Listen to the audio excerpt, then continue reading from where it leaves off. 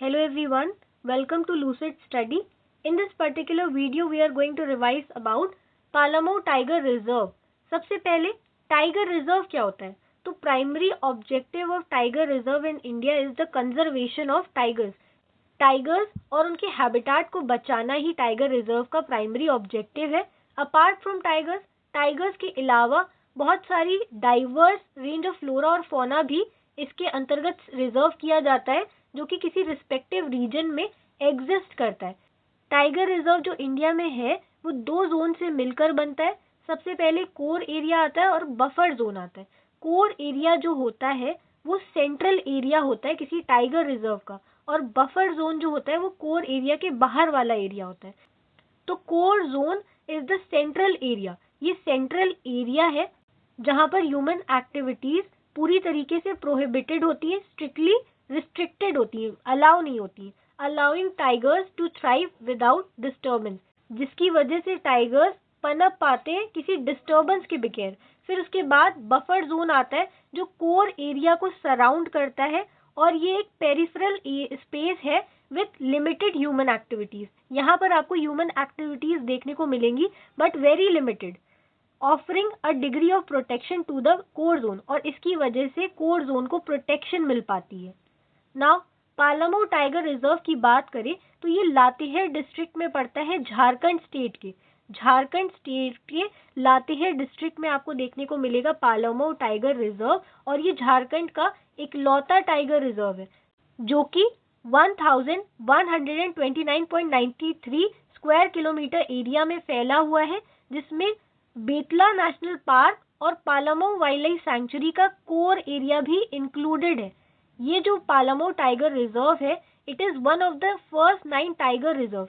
जो इंडिया में पहले 9 टाइगर रिजर्व थे उनमें से ये एक है जो कि इस्टेब्लिश किया गया था under the project tiger. Project tiger के अंतर्गत इसे इस्टेब्लिश किया था इन 1973.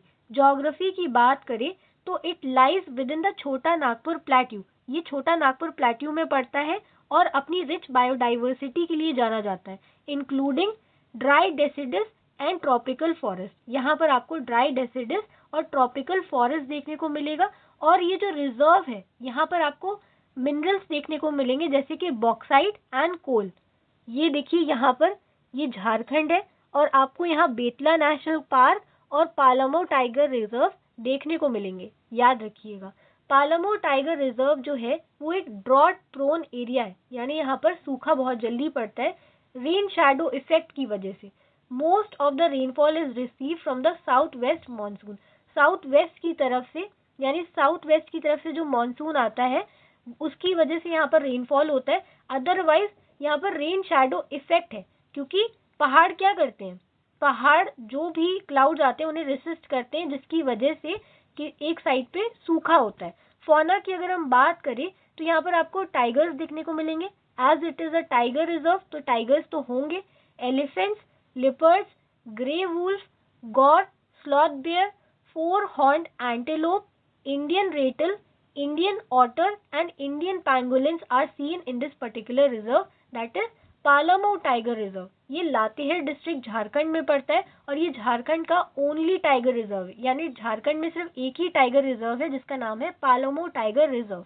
इसका एरिया वाइज की अगर हम बात करें तो ये 1129.93 स्क्वायर किलोमीटर कवर करता है, और बेतला नेशनल पार्क और पालामू वाइल्ड लाइफ सैंक्चुरी का ये कोर एरिया को भी इंक्लूड करता है.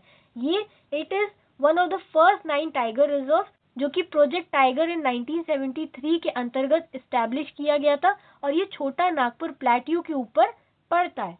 So this was it for this particular video. Thank you for watching and listening. Please like and subscribe.